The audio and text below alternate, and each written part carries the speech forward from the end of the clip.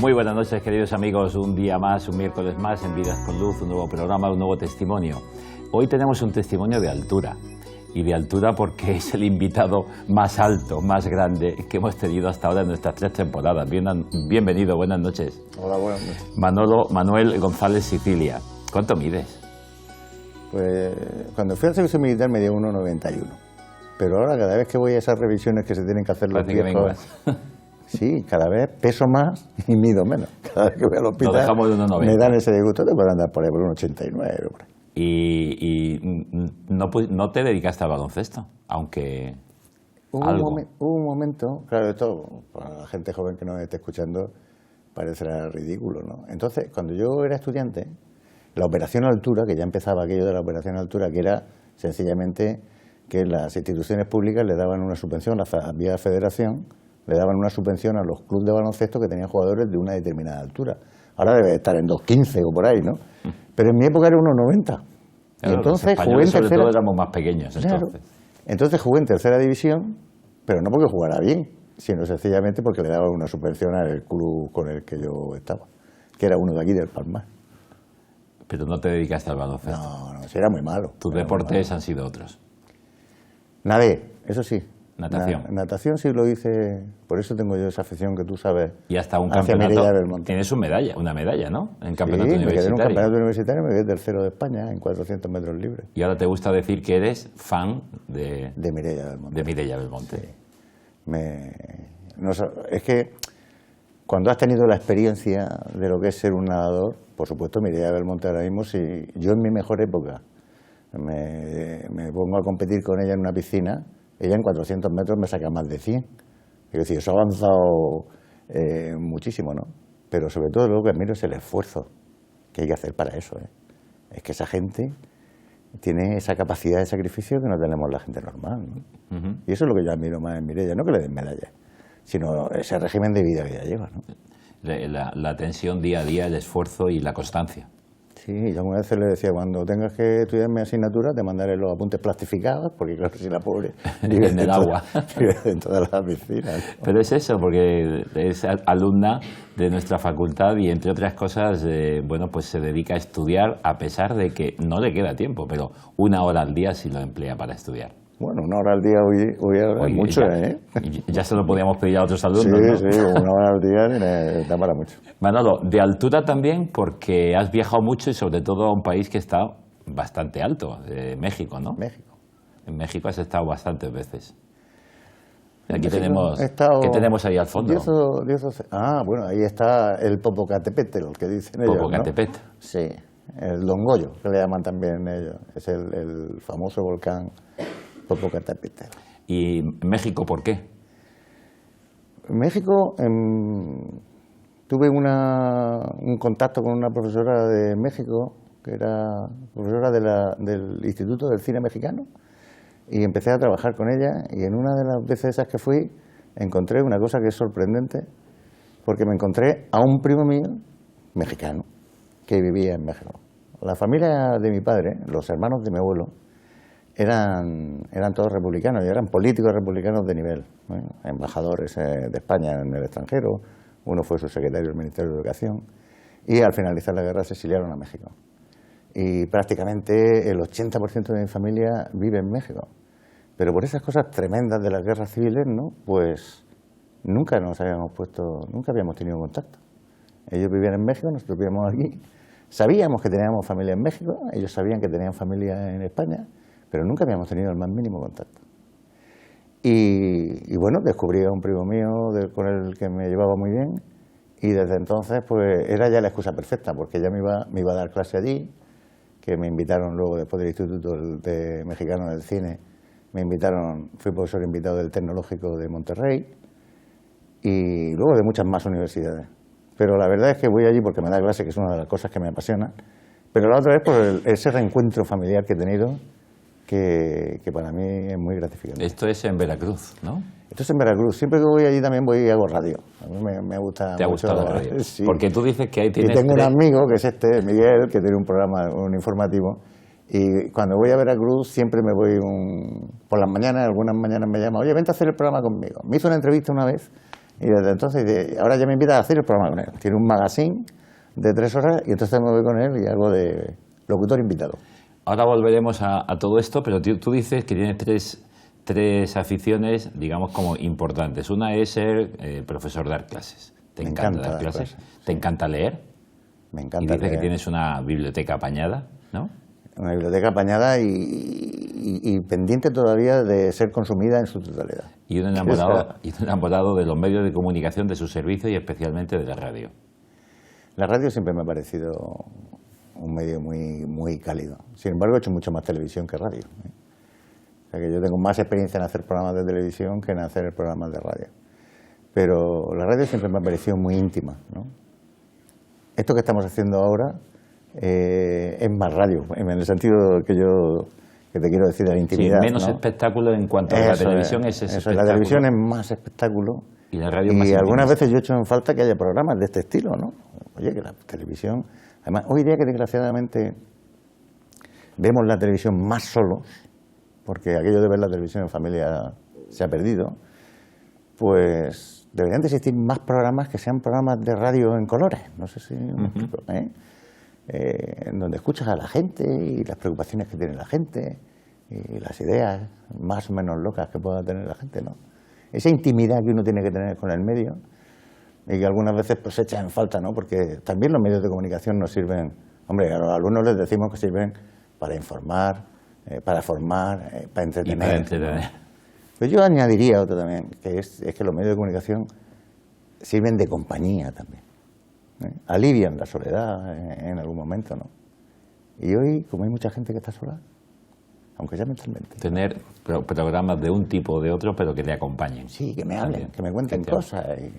No quiero yo ver todo. Manolo es murciano y además podríamos decir castizo, porque naces en una zona muy castiza de Murcia, el Callejón de Burruezo. En el Callejón de Burruezo 3, quinto A. Que es la casa de los 9 pisos, para el que no caiga ahora. La casa de la casa de los 9 pisos, la famosa casa de los 9 pisos. En la casa de los 9 pisos. Que era la huerta, cuando yo nací, que era la huerta. Era huerta, pero ahora mismo ha quedado en el... Ahora está en el centro. Es el edificio, digamos, emblemático de Murcia, el primero de los grandes edificios, de los 9 pisos. Fue el primer piso, que es la primera casa que tuvo tantos pisos, fue la primera casa que se hizo con estructura metálica, la primera casa en Murcia que tuvo ascensor. Hasta entonces no habían las casas con ascensor. ¿Y aquí quién estáis?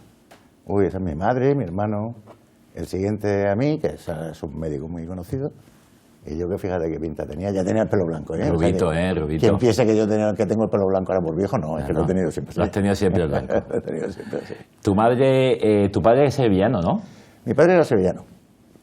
Mi padre era licenciado en ciencia, entonces se llamaba así, no había esas divisiones de ahora de biológica, geológica. Ciencias. En ciencias naturales. Y al terminar la guerra hizo una oposición al cuerpo de meteorólogos del Ejército del Aire y lo destinaron a Murcia. Y vino aquí en el año 43 o 44. Conocí a mi madre, que era una chica de Mula, y se casaron en el año 46 y ahí fuimos naciendo todos. Y de tus años de infancia, de tu colegio, ¿qué te queda? Porque también tú has estudiado en lugares un poco significativos también de la ciudad. Es decir, un poco tu vida es historia de Murcia, ¿no? Eso es cuestión de edad. Es cuestión de edad, a ver. Mira, yo empecé a ir a un colegio que era el Colegio de las Luisas, que mucha gente de Murcia pasa todos los días por la puerta del Colegio de las Luisas y no saben qué es las Luisas, porque ahora es la Cámara de Comercio. La Cámara de Comercio tiene además un cartelito allí, vi el otro día que le han puesto un cartelito, en el que dice, eran las Luisas, que eran unas monjas de una orden la francesa. parroquia actual de San Bartolomé. Sí, justo enfrente de al lado de San Bartolomé, exactamente. Aquello era el colegio de unas monjas francesas que estaban, la fundadora era Santa Luisa de Marillac. Eran unas monjas de aquellas que llevaban aquellas cosas con alas, ¿no? Las tocas grandes. Las tocas aquellas con alas, sí, una cosa tremenda, ¿no? Y entonces fui allí porque, entre otras cosas, la madre superiora era parienta de mi padre, o no sé qué, y entonces nos llevó allí.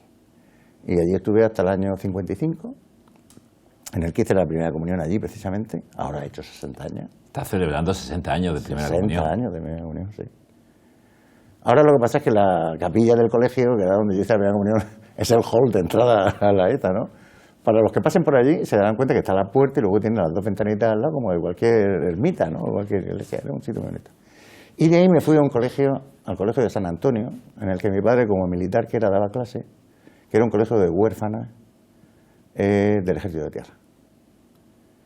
Que también aquello fue una experiencia, bueno, una experiencia, ¿no? Una experiencia importante. Aquí te tiene, aquí, ¿esto qué es? ¿Una ¿Ese obra es el de colegio teatro? Eso es el colegio de las Luis. ¿Una obra de teatro o qué Sí, es esto? yo creo que es la única. Yo no tengo conciencia de haber hecho nunca una fiesta de fin de curso nada más que esa. Ahora los niños tienen fiestas de fin ¿Pero de curso todos los años. porque no hicieron o porque lo hacías tan mal que no te No. invitaron a ninguna para hacer ya de teatro? Puede ser lo segundo, pero yo creo que tampoco se hacían muchas, ¿no? Eso yo iba, no se ve muy bien ahí, pero mi disfraz era de limpiabotas. Limpiabotas. Y llevaba así mi cajita con eso, ¿te acuerdas? Que te ponía el pie allí para que te limpiara los zapatos. Y mi madre, pues entonces la gente éramos muy pobres, no podíamos buscar, no había tiendas de disfraces, ¿no? Pues te cogía, me puso un pañuelo de los que ella se ponía. Son los mejores y una disfraces, gorra y tal. los que uno hace. Aquel colegio era un colegio muy divertido. Y ahora mismo estás viviendo pues tu jubilación, digamos, académica y tal, pero no paras. Sí. Pero es que tu vida ha sido un no parar. Desde que te decides hacer medicina y luego al año lo abandonas. Sí. A ver, cuéntanos un poco. Eso lo voy a poner yo ¿Cómo en has mi- terminado siendo especialista en marketing publicitario, que es lo tuyo, digamos, profesionalmente, pero has pasado por tantas y tantas historias? Por eso yo cuando los alumnos dicen, es que no le veo futuro a las cosas, y hijo mío, sí, tú nunca sabes lo que te va a deparar el futuro. Hay que informarse y vivir. Claro, y bebé, ¿no? Telegráficamente. Me fui a estudiar a la Universidad de Navarra Medicina. Y de allí me fui a Valencia a seguir estudiando medicina en Valencia. Y en Valencia, pues conocí a un profesor de filosofía, Carlos París, que era un personaje, y a mí no me gustaba mucho la medicina. Y entonces me dio por la filosofía. Vaya cambio, ¿no? Sí, tremendo. Bueno, también en ese momento, yo fui a la universidad muy joven, porque entonces se podía ir así como adelantado, ¿eh? Yo me fui a la universidad recién cumplido a los 17 años. Y claro, es ese momento de que no tienes muy claro qué es lo que vas a hacer. Yo fui muy buen estudiante en el bachillerato, lo cual es un problema, porque luego a la hora de elegir carrera no sabes si quieres hacer ciencia o letras, ¿no? Porque como sacabas en todo sobresalir... Entonces no había pedagogos ni psicólogos, No, pero no cuando había. te hacían un test te decían, puedes hacer lo que quieras, con lo cual no te resolvían el problema. No te resuelven el problema, ¿no? La mayoría de los niños les gustan mucho las ciencias, les gustan mucho las letras y ya se van encaminando, ¿no? Y sacan muy buenas notas en matemáticas y muy malas en filosofía o viceversa. Pero los que sacábamos buenas notas en todo, pues luego tenía muy difícil. Con lo cual esos giros, además con esa edad que tiene uno la cabeza alocada, tampoco no me traumatizaron nada, el giro. Y claro, cuando empecé a estudiar filosofía, mi padre, entonces no había mucho dinero, pues me sugirió y me dijo, oye, si vas a estudiar filosofía, que en Murcia, en la Universidad de Murcia hay filosofía, pues vente aquí y estudié. Y hice aquí geografía e historia. Daba clase yo en la Universidad de Murcia, de práctica, daba práctica. Aquello que se llaman los PNN, profesor no numerario, ¿no? Penenes. Sí, y de pronto pues vino una caja de barra y me tentaron por el Bill Metal y me fui a una caja de ahorro y fíjate, 33 años estuve allí, ¿no? 33 años. Sí. Pero empezaste a trabajar, digamos, como cualquier otro en la caja, las gestiones Es de la una cosa caja, rara. y sin embargo lo que más has dedicado de tiempo dentro de la caja ha sido a otra tarea. Sí, yo la verdad es que mi intención era, cuando yo me fui a trabajar a la caja, entonces se puso de moda de incorporar a las entidades financieras gente que no supiera una palabra de finanzas, ni de contabilidad, ni de nada, para que analizara los procesos con los que se trabajaba en la empresa.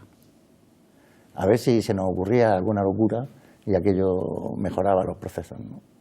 Y ese trabajo era bonito. Pero yo pensaba presentarme a catedrático de instituto, que era lo que yo quería hacer, cátedra de instituto. Lo que pasa es que no había oposiciones todos los años. Porque al final terminaste filosofía y letras. Sí, terminé geografía e historia. A geografía e historia. Pero yo quería ser catedrático de instituto. Pero no había oposiciones ese año, entonces dije, bueno, pues aquí mientras me dan de comer, tengo un buen sueldo, y ya cuando se presentan las oposiciones, pues yo me presento a las oposiciones y ya está, ¿no? Pero luego, en ese interín, me dijeron, oye, ¿quieres ser el director de la obra social? Que era cuando empezaba aquello, y aquello ya sí que me gustaba más que las finanzas, ¿no? Que era montar actividades culturales y todo eso. Y entonces me quedé y luego fui dando saltos de un sitio a otro, director de marketing, director de comunicación, director de proyectos, que fue lo último que fui en la Caja. Y cerca de 30 años trabajando en toda la tarea cultural y social Sí, de una entidad de fundamentalmente. ahorro. Normalmente las cajas, sobre todo, eran Montes de Piedad y Cajas de Ahorro, Sí. empezaron así y tenían un elemento muy significativo social, ¿no? De contribución. Claro, casi todas las cajas de ahorro, la primera caja de ahorro que hubo en España es la Caja de Ahorro y Monte de Piedad de Madrid, hoy Bankia, digámoslo así, la heredera, Bankia, que además la funda un sacerdote. Y las cajas de ahorro se fundan porque a partir del siglo XVII la gente tiene necesidades de dinero y entonces tenían que ir a los usureros. Los bancos no eran lo que eran ahora, ¿no? Entonces iban a los usureros. Y entonces, para que no cayera la gente, porque claro, al final los empobrecían tanto que acababan con ellos. Entonces aparecieron las cajas de ahorro con esa idea de fomentar el ahorro y combatir la usura, digámoslo así. Y muchas aparecieron a partir de instituciones religiosas, ¿no? Aquí en Murcia, por ejemplo, habían algunas cajitas pequeñas, la del Círculo Católico de Yecla, por ejemplo, la de tu pueblo, que fue una de las que fundaron la Caja del Sureste de España, que fue donde yo entré. Absorbió varias de esas. Sí, estaba la del Círculo Católico de Yecla, estaba la del Círculo Agrario de Jumilla, la de Monte de Piedad de Cartagena, la Monte de Piedad de Murcia, la de Con Alicante, todas esas etcétera. surgió aquella del surgió la Caja del Sureste. Sureste. Pero todas tenían esa finalidad social. Yo viví esa época, que las cajas eran de verdad con fin social, no nos parecía mucho una entidad financiera agresiva, y todos los beneficios que se tenían durante la época de la dictadura estaban mandados por el Estado en qué se tenían que gastar, incluso los dineros que tenían las cajas en qué se tenían que invertir, tanto para agricultura, tanto para pesca, tanto para construcción, etcétera. Y luego ya cuando vino la democracia ya eso se liberalizó un poco más, pero las cajas siguieron con esa esencia de que no tenían beneficios y los beneficios los dedicaban a la obra social. Esa época fue la que yo viví, que fue preciosa, porque además las cajas cada vez tenían más beneficios y por tanto teníamos más obra social, ¿no? Y ahí tuviste muchísimas solicitudes, conocerías muchísima gente y muchísimas obras sociales y culturales. Ahí Claro. te beneficiaste personalmente también, pero Sí. pudiste servir a mucha gente, ¿no? Tú fíjate, la Caja del Sureste tenía obras sociales en el sentido que tenía dispensarios médicos, tenía hospitales, tenía cosas, ¿no? Escuelas. Y después todo se fue centrando más en lo cultural.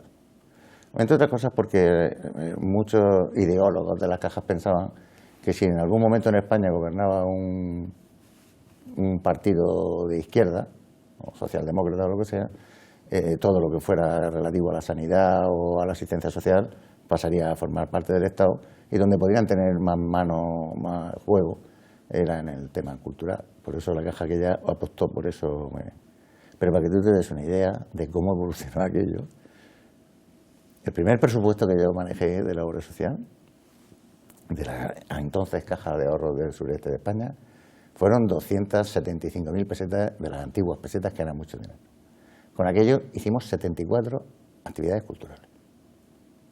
Cuando yo me jubilé de la Caja, que era director de proyectos para la obra social dependía de mí, teníamos 54 millones de euros de presupuesto y hacíamos más de 550.000 actividades al año.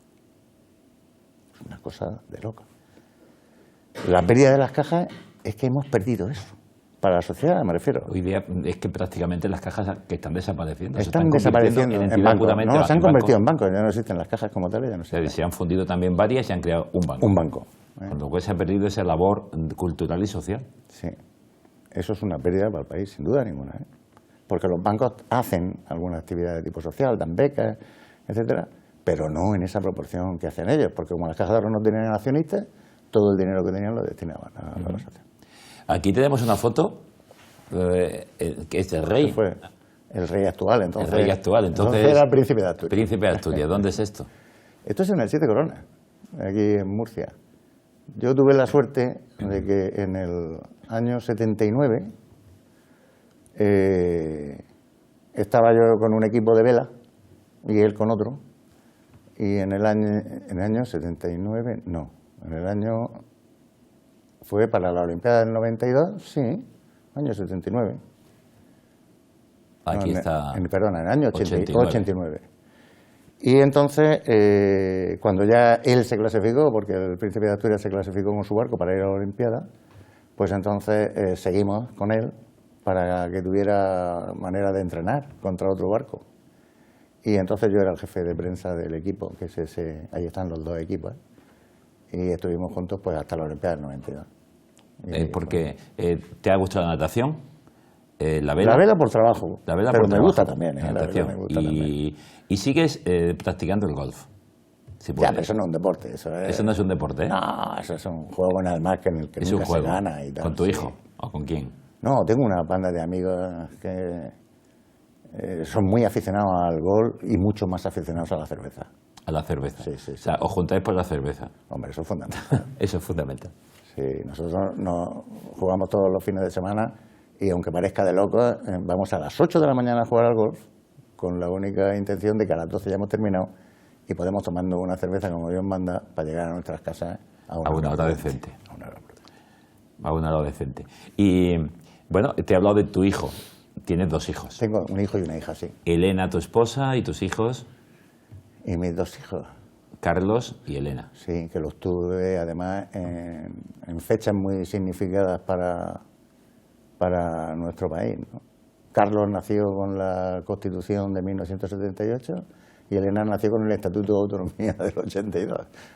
Por eso siempre me acuerdo. Autonómico. Sí. ¿Esta es Elena? ¿De pequeña? Esta es Elena. Sí, cuando yo salía en la procesión de Viernes Santo, pues ella siempre le gustaba venirse y se venía conmigo. Y yo salía ¿Cuántas conmigo. procesiones? Eres mayordomo de Jesús. Sí, soy mayordomo de Jesús desde el año 62, me parece. Y un año me hicieron aquello del Nazareno de honor o no sé qué historia, entonces me invitaron en algunas cofradías y entonces empecé a salir de estante en la borrica del Domingo de Ramos, en la entrada de Jerusalén, y luego de estante en el Jesús del Gran Poder de la Cofradía del Amparo. Del Amparo. Sí. Y, hasta que crecí demasiado y ahora ya hace tiempo que no sales, pero sí vives plenamente la Semana Santa y sobre todo el Viernes Santo en la mañana. Iba a decir profesionalmente, pero no es profesionalmente, es un placer, ¿no? Sí, sí. No, pero en todas cosas porque no me pagan por eso. Pero sí, no, el Jueves Santo es una tradición desde siempre de ir allí a la Iglesia de Jesús y estar. Durante los 18 años que fui comisario de procesión, porque tenía que estar, no tenía otro remedio. Y ahora porque me gusta el ambiente que hay allí en la Plaza de Agustín, y ver a los amigos y cómo se monta la palmera, y ya empieza el ambientillo de la procesión. Luego siempre cuando terminamos de allí, eso es como una tradición. Nos vamos, yo ya voy con mi maestro Miguel Mosotti, y luego de allí nos vamos a ver la del silencio, La procesión del silencio. que la vemos por varios sitios. Y después nos vamos a casa y nos ponemos la televisión y entonces vemos la madrugada de Sevilla. O sea, hacéis toda la noche. madrugada de Sí, Sevilla. sí, sí. Y a las 6, 7 de la mañana volvéis a estar en Jesús. Y la zamarrilla de Málaga, porque Miguel Masotti, su familia son malagueños y tienen una cierta devoción y tal, claro que sí. Y luego pues se duerme un ratico, que tampoco le hace falta estar mucho rato. Y entonces nos vamos a retransmitir la procesión, que la retransmitimos hace 15, 16 años ya, Ya es la tradición. Yo no sé si ya, mis imágenes más antiguas de la procesión era veros a los dos, cada uno con un micrófono, y que no paráis ahí, en 2 horas mientras va saliendo, no paráis. ¿Qué contáis cada año? No sé, ¿Os repetís o no? Yo creo que sí. Sí. Yo creo que nos tenemos que repetir mucho. Este año, el guión que llevábamos el otro día se lo enseñaba a alguien, pues yo así en la chaqueta y digo, mira, el guión de la procesión del Viernes Santo, ¿no? Y era la hija de Dólera, porque era la primera celadora de una hermandad de Jesús. Ese era todo el guión que llevábamos, que teníamos que hacer una entrevista a eso. Pero bueno, nos gusta, si nosotros lo que contamos es el ambiente. Yo creo que una retransmisión por la radio tiene que ser, en la televisión lo ves, que es la gran ventaja, ¿no? Pero en la radio lo que tienes es que contar el ambiente y dejar que la gente que está allí hable. Si no, estar escuchando el ti toda la noche, toda la mañana, a estas horas, eso tiene que ser un sin vivir, que dicen aquí en la puerta, ¿no? Y otra afición que tienes muy grande es a los toros. Sí, los toros me gustan mucho. Yo comprendo que eso ahora no es muy políticamente correcto el decirlo, pero sí que me gustan. Veo muchas corridas de toros, ¿eh? Donde esto es en México, ¿no? Esa fue mi primera corrida en la Monumental de México, la primera corrida que vi. Que fui con mi primo Eduardo, el mexicano este del que te he hablado, y me llevó y vi esa corrida. Arturo Macías fue el primer torero que era un torero mexicano, el primero que vi torear en la México, y un toro precioso de una ganadería de Marrón. Fíjate, me acuerdo, y no me acuerdo del que vi antes de ayer, ¿eh? Se te quedó marcado. Sí, además el toro tiene un nombre precioso, lingote de plata. Mira. Sí, porque en México no le ponen el nombre de la madre como aquí, ¿no? Y se llamaba lingote de plata, un toro bonito. La Plaza de México es impresionante, ¿eh?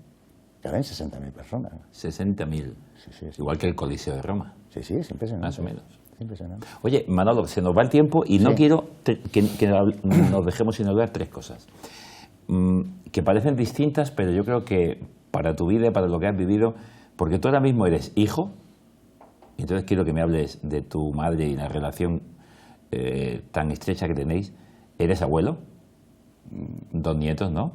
2 nietos. De Carlos. Y eres colega, iba a decir, de tus alumnos, porque yo creo que no te ven como maestro, te sigues estando en clases, pero te ven de un modo diferente a cualquier otro profesor. ¿Por qué? Porque soy más viejo. Eso es la única explicación. Yo siempre le digo a ella... Esto es con los alumnos el año pasado, cuando te jubilaste. Sí, porque de vez en cuando, y con el maestro Masotti. Con el maestro Masotti. El maestro Masotti también estaba. Sí. Con Eso porque terminamos el curso y se fueron. Está tu sobrina también, ¿no? Sí. Y no, terminaba y tal, nos vamos a tomar una cerveza y tal, y yo siempre me apunto a tomar una cerveza, me apunto siempre, ¿no? De todas formas, en eso que dices de lo de los colegas de los alumnos, ¿no? Yo siempre digo que hay 3 quehaceres, ¿no? Que yo creo que algunas veces perdemos el norte, ¿no? Son los políticos, los padres y los profesores. A mí me pillan todos. A mí la política no me interesa nunca. Ejercerla, no me interesa la política como todo el mundo, pero no. Y es que los políticos nada más que dicen lo que quiere la gente escucha, ¿eh? Los padres nos hemos empeñado algunas veces en hacernos amigos de nuestros hijos y los profesores colegas de los alumnos. Y ni somos colegas de los alumnos, los profesores, ni los padres son amigos de sus hijas, ni los políticos deberían de decir nada lo que nosotros queremos escuchar, ¿no? Esas 3 cosas, ¿no? Hombre, se puede tener un trato de cercanía con un hijo, se puede tener un trato de cercanía con un alumno, pero un padre es un padre y tu hijo tiene sus amigos que para eso los tiene y tú lo tienes que corregir y cuando no te gusta corregirlo, otras veces dejarlo que se estrelle a sabiendas de que lo va a pasar mal, pero es la única manera a lo mejor de que aprenda. Y con los alumnos pasa lo mismo, los tienes que corregir, tienes que decir eso así no es, esto hay que hacerlo de esta manera o esto hay que hacerlo de esta otra o lo que sea, ¿no? Capitán Sicilia, ¿esto qué es? Eso te lo han buscado, eso es porque mi jefa, Isabel Sarabia, me llama siempre el capitán. En la Facultad de Comunicación. En la Facultad de Comunicación. Y hace un año por ahí me hicieron un regalo y no se le ocurre otra cosa que regalarme lo del capitán, pues, las 3 estrellas de capitán, González Sicilia Grupo, 0 profético, ¿no? Lo tengo ahí en el departamento porque me imagino que si me lo pongo en alguna chaqueta o eso me puedo meter en la cárcel. Te puede, por utilización de... Y lo de la madre y lo de los nietos es fundamental también. Yo creo que somos una generación que afortunadamente, porque la expectativa de vida ha aumentado mucho, pues tenemos la posibilidad de disfrutar las 2 cosas al mismo tiempo, ¿no? Ahí tienes a Marta. Esa es mi nieta, que es un encanto. Lista como no sé quién, pero es que lo de los nietos es muy... Yo creo que a los nietos se les tiene más... no sé qué... Se les tiene casi más ilusión con los nietos casi que con los hijos, fíjate.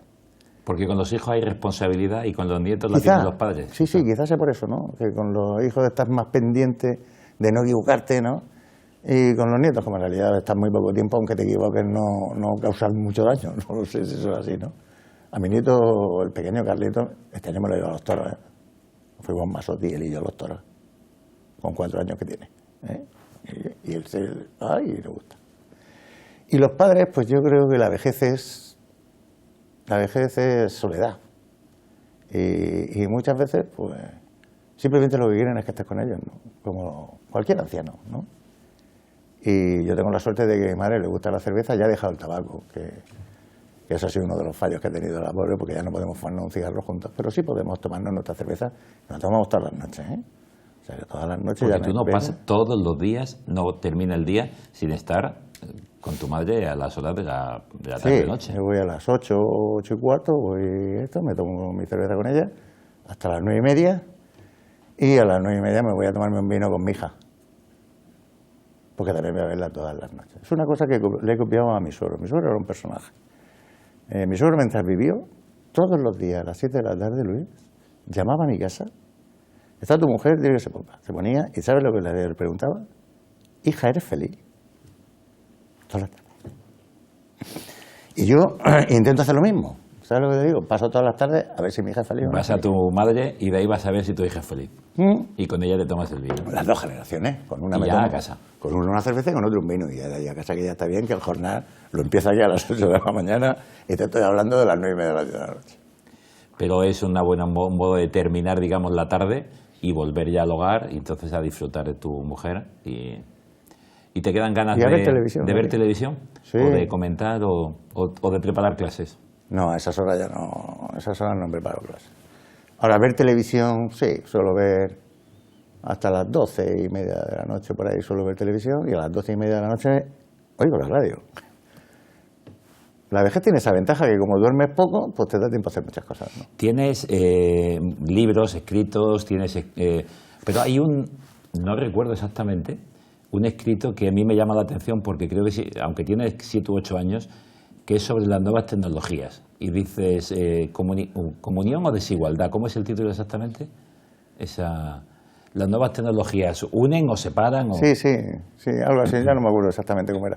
Fue una cosa que me publicaron en América Latina. ¿Y eso? Si era un factor de unión o una desigualdad. ¿Qué hablas de las nuevas tecnologías? ¿Cómo lo ves hoy día? Es que el problema de las nuevas tecnologías es que todos hablamos de las nuevas tecnologías desde nuestro mundo. Y no nos damos cuenta de que no es lo mismo utilizar las nuevas tecnologías aquí que en Perú. Si tú le preguntas a nuestros compañeros de aquí de la universidad que van a los campos a Perú, no es posible. Es decir, aquí nos desesperamos cuando nos ponemos en porque se tarda mucho en descargar un programa o porque utilizamos y tal, pues imagínate tú eso en Iquitos, ¿no? Eso es otro mundo. Entonces yo siempre he pensado que las nuevas tecnologías nos podrían igualar a todos, porque es un acceso a una cantidad grande de información que antes no teníamos, no teníamos esa posibilidad. Ahora las nuevas tecnologías nos permiten que lleguemos a mucha información. Pero claro, tienes que tener el soporte para poder llegar a la información. Y en muchos sitios del mundo no. Y por eso se está produciendo una brecha que yo creo que cada día es mayor. Los países que somos ricos cada día tenemos más acceso a la información, por tanto más posibilidades de ser ricos. Y los países que son pobres tienen la tecnología, pero no de la suficiente potencia para poder igualarse contigo. Y yo creo que en ese sentido habría que plantearse. Pues Manolo, ha sido un placer estar contigo.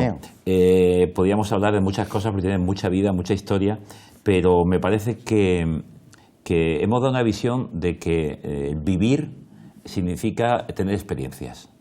Y de las experiencias se aprende, y del aprendizaje viven los que están junto a nosotros, sin olvidar nuestras relaciones fundamentales: la casa, la familia, los amigos. No perder los amigos, esa cerveza, parece una broma, pero es algo importante. La amistad, claro. La familia con su vino, los hijos, los nietos con el juego, y eso no quita para ser un profesional, para estar trabajando, y para el jubilado, pues seguir activo.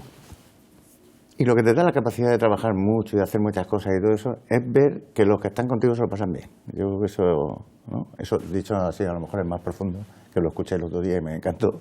Era eso de que la felicidad de uno es que los demás sean felices, ¿no? En ese sentido. Pero cuando tú te lo pasas bien con la gente, pues las horas, pues no hay horas, y no sé qué, y no te importa viajar y dormir poco y tal. Y todo eso luego te hace que te vayas enriqueciendo de conocer a tanta gente y de compartir tal. Yo a mis alumnos les digo siempre, como más se aprende viendo lo que hacen los demás. ¿Viendo? Lo que hacen los demás. Lo que hacen los demás. Eso es como más se aprende. La fórmula para el fracaso es hacer exactamente lo que hacen los demás. Pues claro, eso no puede ser, ¿no? Pero conviviendo con la gente, ahí es como se aprende, eso es vivir. Lo otro es levantarte por las mañanas, respirar, comer. Y pasar por el día. Y pasar por el día, ¿no? Eso pues no me interesa nada. Vamos a invitar a la gente a ser felices, claro, a vivir, a tener experiencias y a disfrutar la vida. Así es. El tiempo que lo tengamos. Gracias, Manolo. Ha sido un placer. Y a ustedes, señoras y señores, buenas noches. Ya lo saben, si así lo desean, cada semana en Popular Televisión, de nuevo con ustedes, Vidas con Luz. Muy buenas noches y hasta la semana próxima.